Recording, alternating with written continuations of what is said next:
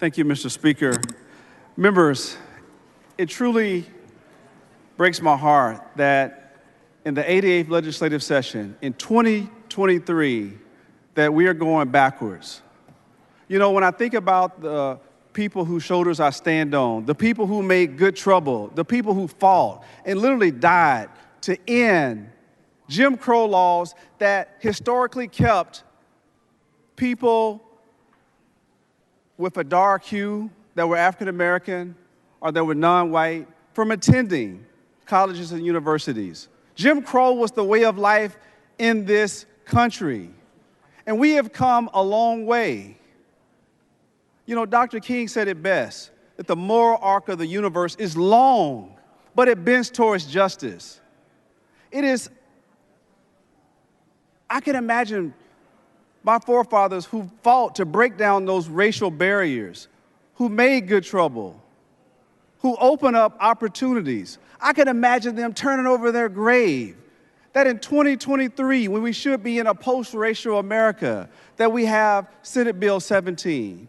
Senate Bill 17 that ends a lot of the progress that was made because of those sacrifices, to end those disparities, that opened up opportunities. Now, I'll give you a little history. Herman Sweatt versus Painter in 1950, 4 years before Brown versus Board of Education was decided, this was Sweatt versus Painter. Herman Marion Sweatt, a 33-year-old black postal worker who applied to and was denied entry into law school, he was the Sweatt in the Sweatt versus Painter. Does anyone know who the Painter was? Theophilus Painter was the 13th president of the University of Texas here in Austin. The courthouse just 2 blocks away from here is named the Herman Marion Sweatt Courthouse after the Sweatt case. Sweatt versus Painter was a case about a black student from Houston, Texas, being denied entry into the law school for the sole reason that he was black. In fact, at the time, Article 7, Section 7 of the Texas Constitution stated separate schools shall be provided for the white and colored children. Ultimately, the court in Sweatt versus Painter held that equal protection clause required Sweatt to be admitted into the UT Law School. The case was handled by a young lawyer, some of you may have heard of him, Thurgood Marshall. This set precedent for sweeping civil rights legislation that helped to desegregate our colleges and universities. And diversity, equity, and inclusion programs were designed so that they could address those inequities that existed for centuries, for hundreds of years. It is just recently that we've started to make some marginal progress because of these very initiatives. And now here we are today on third reading, literally about to turn back the clock, turn back the hands of time to those dark days where we reverse the great progress that has been made. Now, I want to give you some important numbers to put in perspective, what are we doing if we pass this bill? The state of Texas, as we know, is the second largest state in the country with a population of nearly 30 million. It is also arguably the most diverse state in the country with a population of 40.2% Hispanic, 13.2% African American, 5.5% Asian, 1.1% Native American or Alaska Native. Our diversity is our strength. There are more African Americans in Texas than any other state in the country.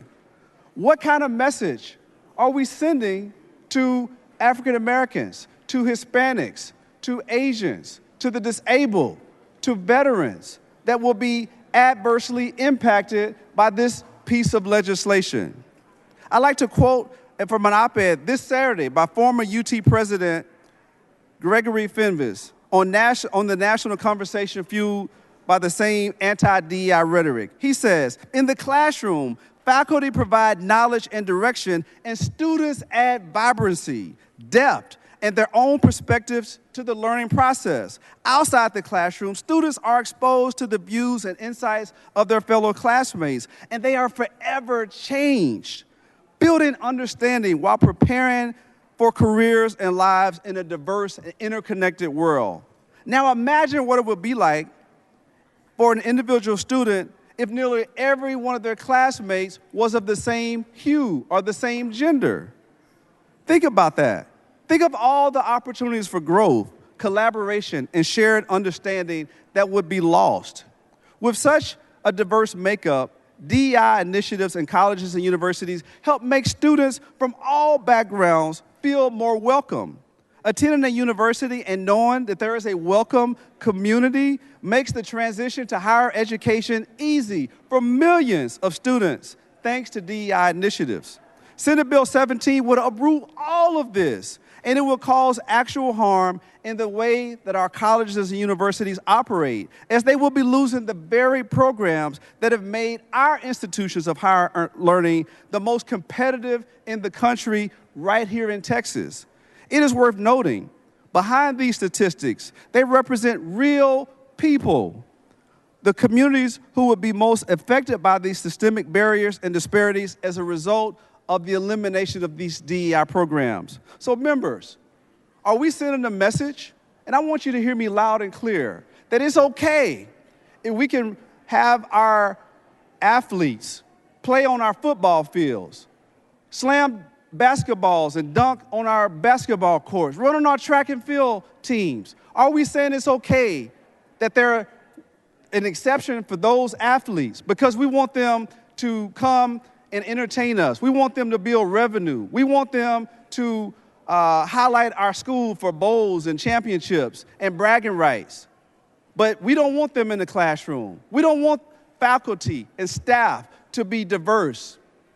That is the message that this bill sends. It is a solution in search of a problem.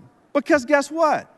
The Department of Justice, they said that DEI programs are legal. There's been no Supreme Court. There's been no case law. So what are we here for? This is simply partisan rhetoric. I saw how the votes are, but at some point we have to be statesmen. Don't you want to be on the right side of history? None of us was there as legislators when the Sweatt case was argued.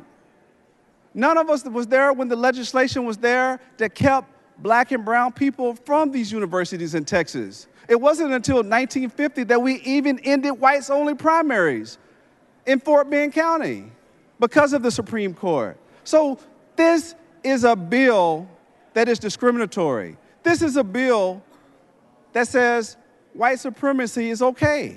And we know that we're better than this. We know our diversity is our strength. And finally, I know that there are many people of good conscience, many people who want to do the right thing, but are afraid of scorecards. And I get it. I'm not denigrating anybody. We all have scorecards. We all have politics. All of us are here because of politics. But some things are bigger than politics. Some things are about being on the right side of history. Think about what those people did after Bloody Sunday when they realized the atrocities that happened when they tried to cross the bridge in Selma to Montgomery, that they were beaten. Think about John Lewis. After that, it wasn't just black people marching, it was white people. It was everyone saying that enough is enough. We want change in this country. And we've had tremendous change. And I know the hearts of many of you. I know that you're good people, good moral and upright people. So I'm not trying to denigrate anybody personally, but I'm trying to appeal to your heart, to your social consciousness. If nothing more, I know many of you are my Christian brothers and sisters. Think about Proverbs 31:8-9. It says, speak out for the one who cannot speak, for the rights of those who are doomed. Speak out, judge fairly, and defend the rights of oppressed and needy people. I hope that you will join me in being on the right side of history. History has a way of judging us long after we're here. How do you want to be remembered? I guarantee you that this bill is one of those litmus tests that people will look back later in life. Maybe not today. Maybe this helps you with your next election. But I guarantee you that 10 years from now, you don't want to be on the wrong side of history. Gentleman's time's expired. Thank you.